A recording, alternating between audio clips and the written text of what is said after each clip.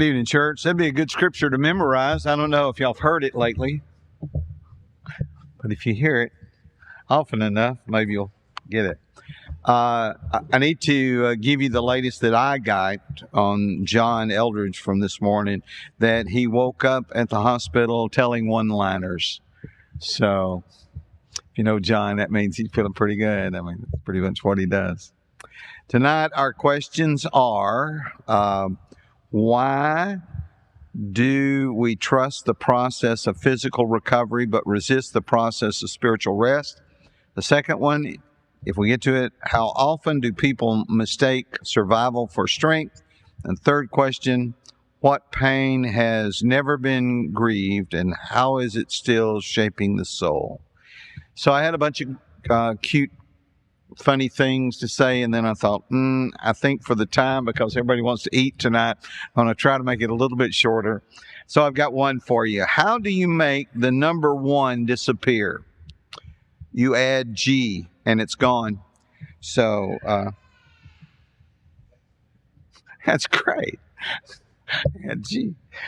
Okay, so number one, why do we trust the process of physical recovery but resist the process of spiritual rest? That's our first question.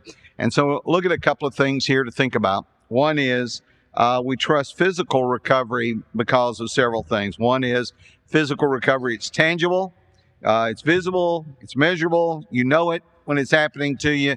You know when you're getting rest. You know you need rest. You know if you don't get enough rest, you will get sick. We're all aware of that sort of thing, and it gives us immediate feedback. When you get a good night's rest, you feel better, and you get immediate feedback. So to argue spiritual rest in comparison to this, it's difficult.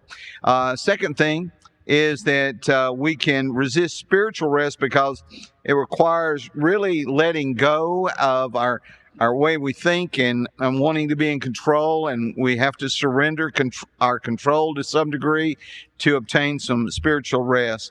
There's the fear of the unknown. It's a little bit unsettling. We feel uncomfortable. We're so into this Puritan way of thinking America is, that we're evil if we're not doing something almost. Our culture makes us feel lazy to some degree when we seek some sort of rest, even spiritual rest, which is sad. But spiritual and soul rests are important, but they're not instant. You don't get immediate gratification from it. You take it, you don't see it. There's no easy way of easing into it because our culture doesn't trust it. And we end up feeling quite awkward with the idea, even sometimes, believe it or not, sitting and reading your Bible almost feels like you're not doing enough. That's where we actually live. And it's sad, but it is true what I just said. The next thing is spanning the gap spiritually to find a way to have rest for my soul. We need to learn to recognize spiritual and soul rest actually is essential. The Lord gave the Sabbath of rest to the people because He found that you need to really not do much on the day you're worshiping the Lord because it'll distract you. And we now live in a culture where all the stores are open on Sunday and we are distracted. Being intentional and choosing to know that true rest will restore you spiritually is an important concept that we seem to be forgetting in our culture. To incorporate even a gentle walk, not one that you're just trying to lose weight, but a walk, or to listen to something as simple as a biblical podcast, is getting harder to incorporate into our schedule because we think we got to be busy about stuff that make a difference, and we don't think those things tend to make a difference. But we need to incorporate that and reframe your thoughts. That means to not think that what we think is productive is always productive, that sometimes spiritual insight is more productive than physical accomplishments. And so we need to learn that to see something clearer or to understand a concept more wonderful. I think what we're talking about here is, I think it's one of the reasons that people often don't go to Sunday school. They think it's a waste of their time. It's that culture we live in. So healing our physical body is such a blessing from the Lord. And it's a part of this process that we're talking about. Psalm 6 and verse 2 says, have mercy on me, O Lord, for I am weak, O Lord. Heal me, for my bones are troubled. And so the idea of having spiritual healing, okay, you may find that you need some spiritual rest to obtain some spiritual healing. And it makes a huge difference in you. Matthew 8 in verse 16 says, when evening has come, they brought to him many who were demon-possessed, and he cast out the spirits with a word and healed all who were sick. And the idea that some of us, because of our emotional situations, we could use some spiritual healing. And I say some of us, probably most of us actually need a little bit of that. The next thing I want you to talk about just quickly is healing our spiritual soul and giving us some rest even is a greater blessing than physical rest. Now, that may not sound right. So you know you need rest. You're going to sleep tonight. Every last one of us, even if you don't stay asleep all night long, every one of you plans to go to bed probably tonight. And every one of you are going to take physical rest because you know you need it. And yet, how often do you think that you need some spiritual rest? That's an interesting aside. Psalm 41 verse 4, heal my soul, for I have sinned against you. My soul needs to be healed. And by that, I need some time to give it attention. We're doing that right now, but I'm talking about in my day-to-day walk. In Matthew chapter 11, verses 28 and 29 says, come to me and I will give you rest, and you'll find rest for your souls. That's the promise of Jesus. So the idea, if you don't like the idea of spiritual rest, you may not like what Jesus is teaching there, because he's trying to give you spiritual rest. Not something we talk a lot about, is it? But it's important. So how do you get it? One of the ways you get it is passively. Look at some passive ways. We get passively without doing something because you think you got to do something, right? Well, you can actually get soul healing and soul rest and soul strengthening passively. You can passively accept God's presence. 1 Samuel 30 and verse 6 says, David strengthened himself in the Lord his God. It doesn't tell us in that text how he did it, but in 2 Timothy 4 and verse 17, Paul says, but the Lord stood with me and strengthened me. Here's the truth. David didn't do it. He strengthened himself in the Lord strengthened him. It is actually a passive thing to be strengthened. Passively accept a word of encouragement. Some of the best things that happen at church on this subject because someone will say something positive to you that you needed, or you'll hear a prayer that said what you've been feeling, or you'll hear a song that'll give you what you need. 2 Chronicles 32 verses 6 through 8 particularly, it says, then he gave them encouragement, saying, be strong and courageous, and do not be afraid nor dismayed before the king of Assyria, this is Hezekiah speaking, nor before all the multitude that is with him, for there are more with us than with him. And that's something to remember. That's absolutely true. There's always more with us than there is with those who don't serve the Lord. Verse 8, it may not look like that because more seem to not be serving the Lord. Verse 8, with him is an arm of flesh, but with us is the Lord our God to help us and to fight our battles. And the people were strengthened by the words of Hezekiah, king of Judah. They didn't do anything.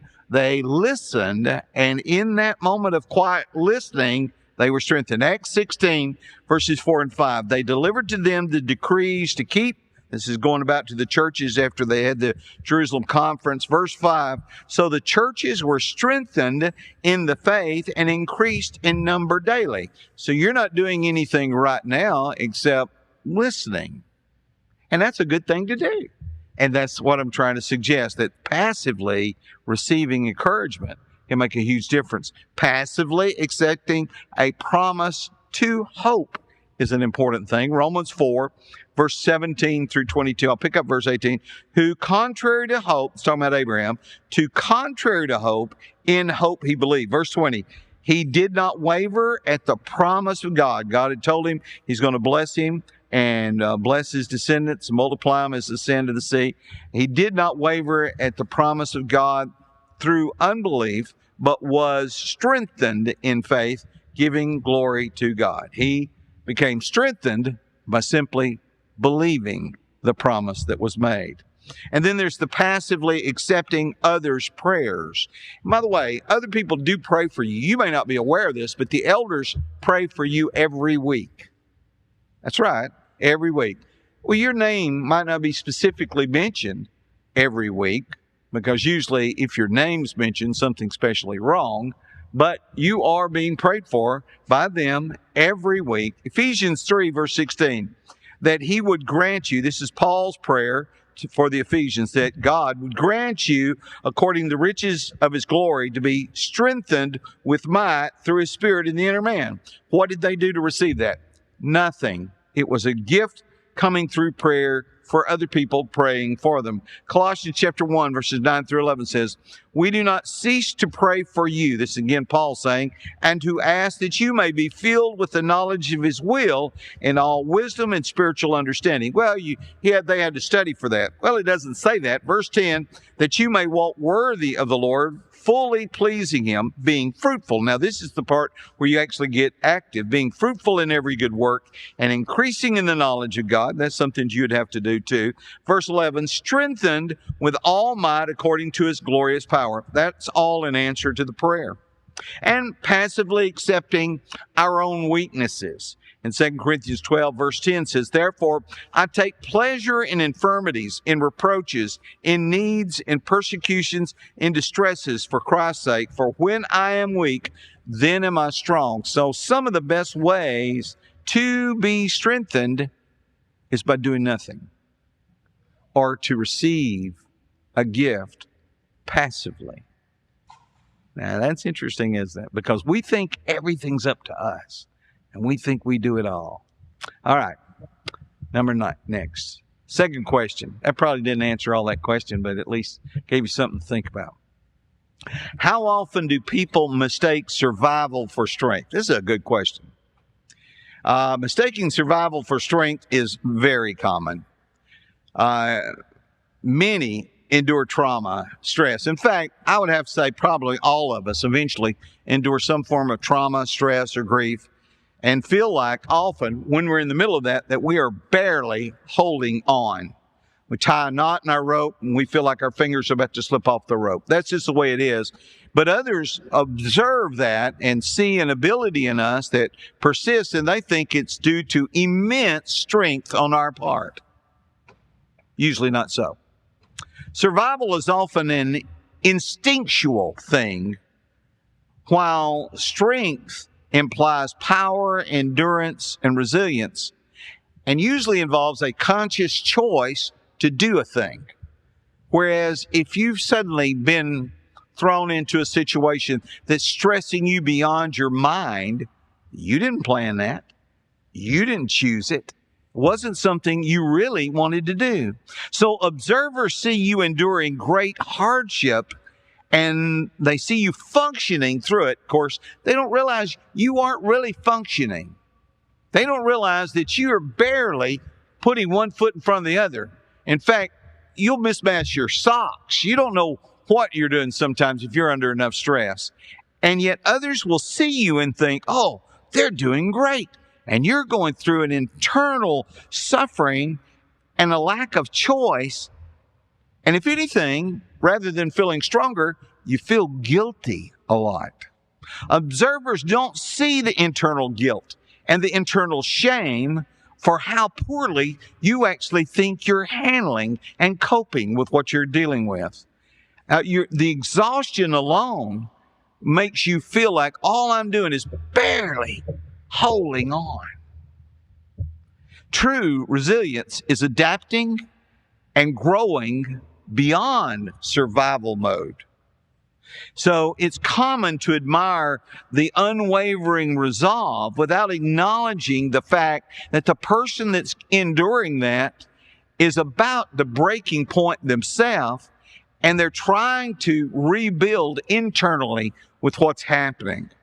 So if you're taking care of someone and they're about to die, you're barely surviving. Mistaking survival for strength is confusing because a forced instinctual response with a deliberate, powerful choice is actual where the strength is. If you make a deliberate choice to take on this project, that's strength if you can endure that. But if you're just enduring what just hit you, your wife is ill, your husband's ill, your child is ill, that's not strength. That's instinctual survival mode. And don't confuse the two. But guess what? We all go through it. Survival and surviving a terrible ordeal can make us stronger, though. It can. Doesn't mean that it will. Don't assume because somebody's been through something really hard, they are just suddenly more spiritual than the rest of us. That's not necessarily the case. Sometimes it's the exact opposite that happens. Let me give you a couple examples. Joseph, for example. I would not want to have been Joseph's brother. I think he was a bit of a jerk, seemed to me, when I watch how he dealt with his brother. But let me not use that word. Let me just say I would see him as difficult. He's young. His daddy thinks he's the best thing on earth, and I'm the other kid that his daddy doesn't think is the best thing on earth. That'd be kind of difficult. And if there's 12 of us looking at him, 11 of us, we're like, I could live without him. And that's what they started thinking. They thought we could murder him. I mean, think about that. Your brothers start plotting to murder you. Okay? You're not a nice person if they want to kill you. Okay? To them. At least to them. And so they ended up not killing him. They sold him into slavery. If anybody sold you into slavery, would you consider them a nice person? I wouldn't. And then there's those false accusations that come from Potiphar's wife. And then there's the years in prison. And he's elevated to a position of great power. And through all this, he later sees all of his brothers in a very different way. We have it in Genesis chapter 45:5, Genesis 50:19 and 20. He says basically the same thing. You meant to do me wrong, but God meant to accomplish good and save many people alive. So that's what he says. So his survival made him actually more spiritually strong because it helped him see a bigger thing. But don't think everybody goes through that. Don't think everybody that goes through a really hard time all of a sudden sees with greater maturity. No, that's not true. That doesn't happen. Let me mention a really good one. Israel. Israel in Numbers 14:22-23 had been through slavery. 400 years of slavery, right? You would think 400 years of slavery and you'd be a spiritual giant. They were anything but that. Not at all. They barely believed at all. And you would think, well, they went out and they went through the Red Sea and then they went to Mount Sinai and they see all the food dropping out of the sky and they see all the miracles, everything making it possible. But I'd say that's kind of like hothouse Christianity. A lot of people think because they've been through a lot of stuff that now they're grown. They weren't at all. So Numbers chapter 14, they get to the land of Canaan and God's ready after 1 year prepping them to take them on in. But they weren't ready.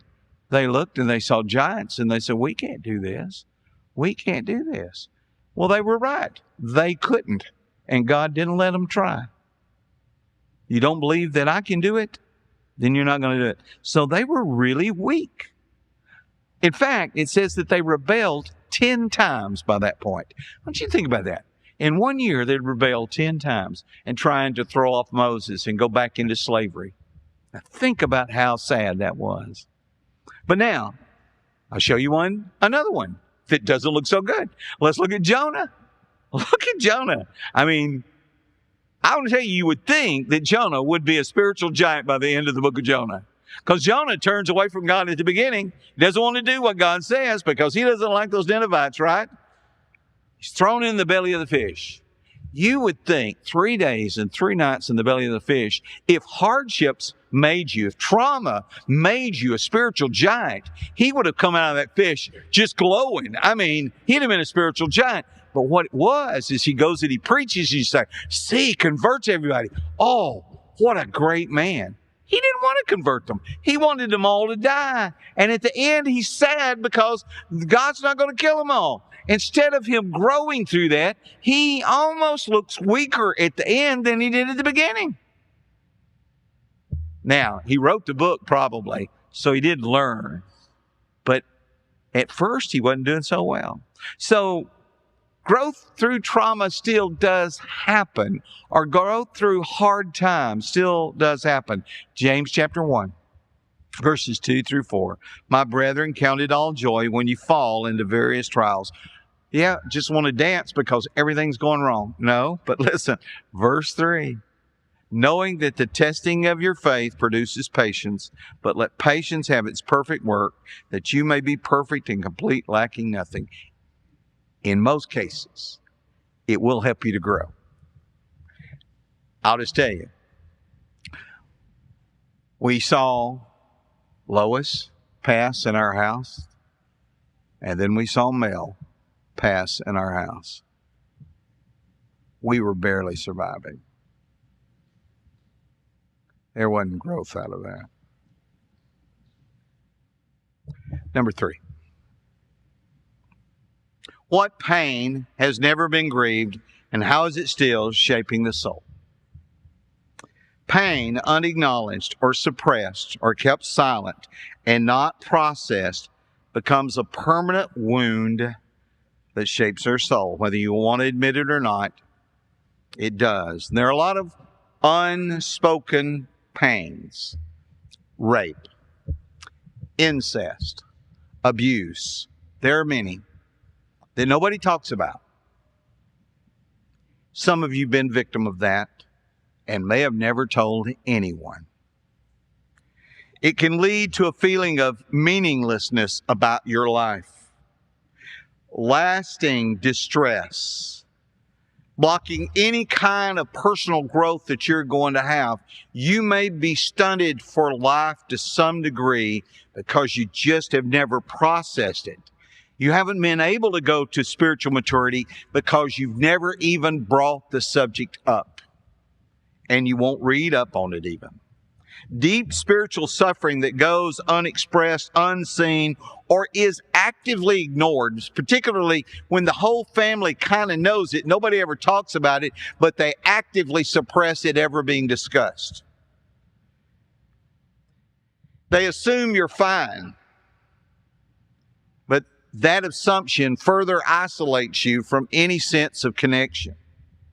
Pain disbelieved or misunderstood makes their feelings seem valid. So pain or grief not fully processed doesn't really fade away. In fact, the idea that grief fades away is kind of a childish view of suffering for mourning someone. Because if you really love someone and they passed away, do you not love them now 30 years later? Do you not, if you talk about them 40 years later, not suddenly become very sad? The idea that you ever really fully get over any real terrible pain is silly.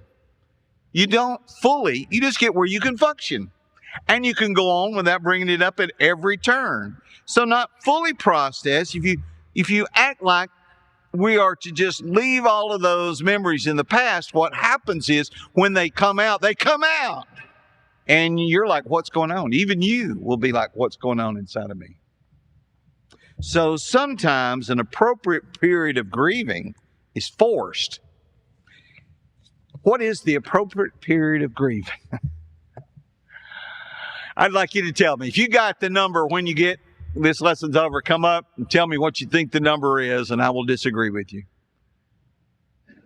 Somebody needs to tell you you don't know what you're talking about, because there's no such thing.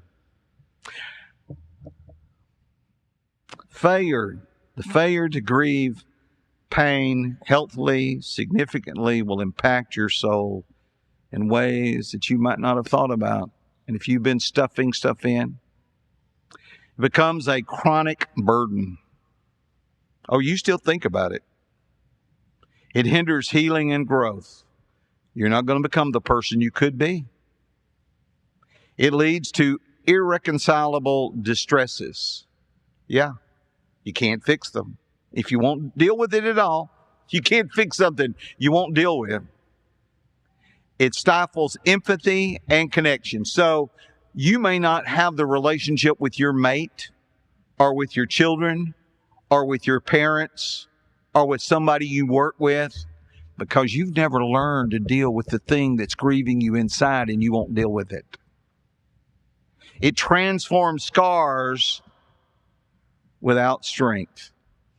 It's fine to have scars if the scars bring strength. But if you don't ever bring them up, then it's going to be points of soreness. It leads to an isolated and unfulfilled soul, which sounds really sad, doesn't it? So the Bible, let me move quickly because I know you are hungry from the Bible, not only expresses pains, and this would be, can I encourage you to read up a little bit on Judaism, on the subject of remembering pains. You'd be surprised. I think you'd be surprised what you will discover there. But they're remembered very religiously. Some of you think that the best thing to do is forget things that have been done wrong. You need to quit bringing that up, kind of thing. You may be right. It's a good possibility you're wrong. Individual laments are in the Scriptures. Look at the references in Psalm alone. I don't have time to read all that. 3, 7, 13, 22, 38, 42, 64, 69, 142. If you think the Bible's not full of the idea of personally lamenting what's been done to you or what's gone wrong, you haven't studied the Bible very closely. Individual laments are in the Scriptures, but then there are communal or group laments. Look at Psalm 44, 74, 79, 83. They're group. Have you heard of the Wailing Wall? What do you think they do there? They wail. Guess what? They believe in remembering what's been done wrong to them. You say, well, that just doesn't sound Christian to me. No. What that is you don't understand the principle of why it's important to remember what's been done wrong to you. What? I was always taught you forgive and you forget. Well, you were probably taught wrong. It isn't significant to forget because here's what your brain won't do. It won't ever forget. The idea that your brain can forget something only happens with an aneurysm or a stroke. And it's not funny. You don't want that to happen.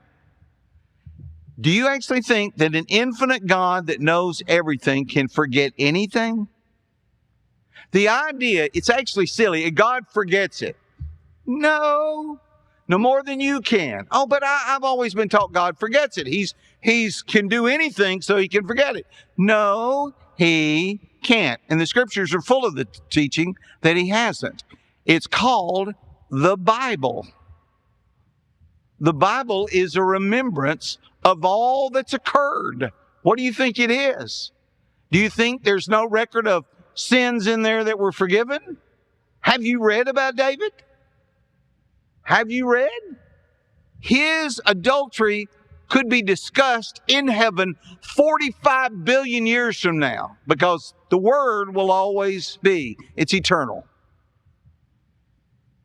God will remember, and so will you, and so will David.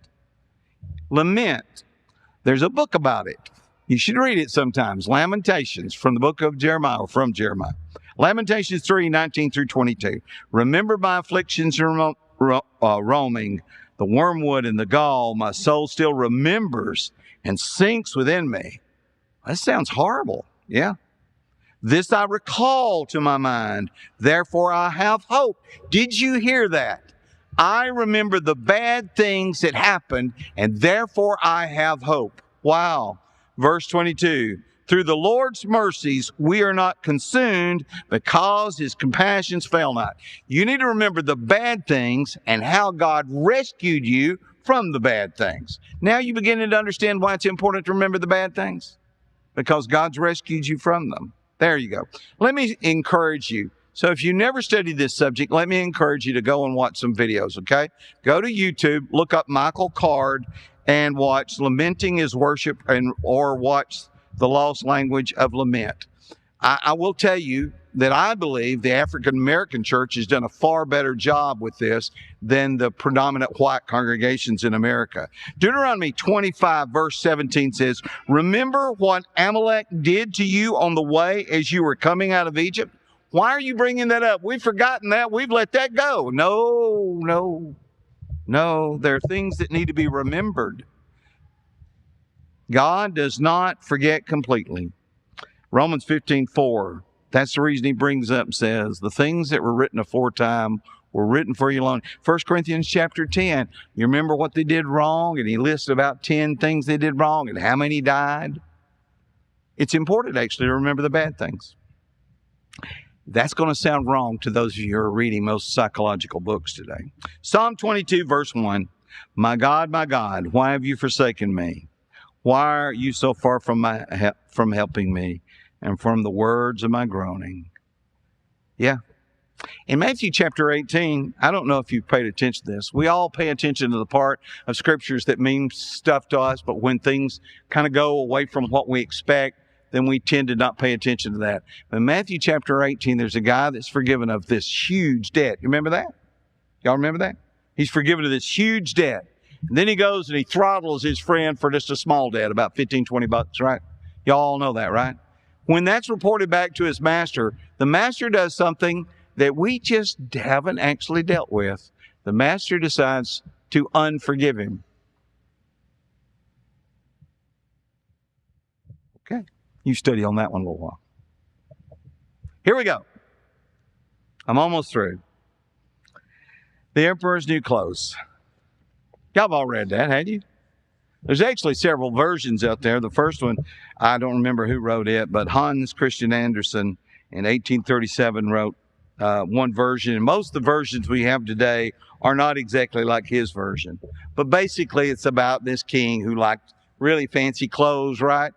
And finally, he got snookered by two guys that were really, they were criminals, really. They were trying to make him believe that they could make him clothes that only the really smart people could see, and the people who couldn't see it weren't that smart, so you didn't have to respect them. So they ended up making clothes, spending a lot of time making him clothes that were invisible, supposedly. And they would stand in the spittle and pretend they're weaving, and they weren't doing anything. And he took care of them, fed them, all of this. It was all a lie.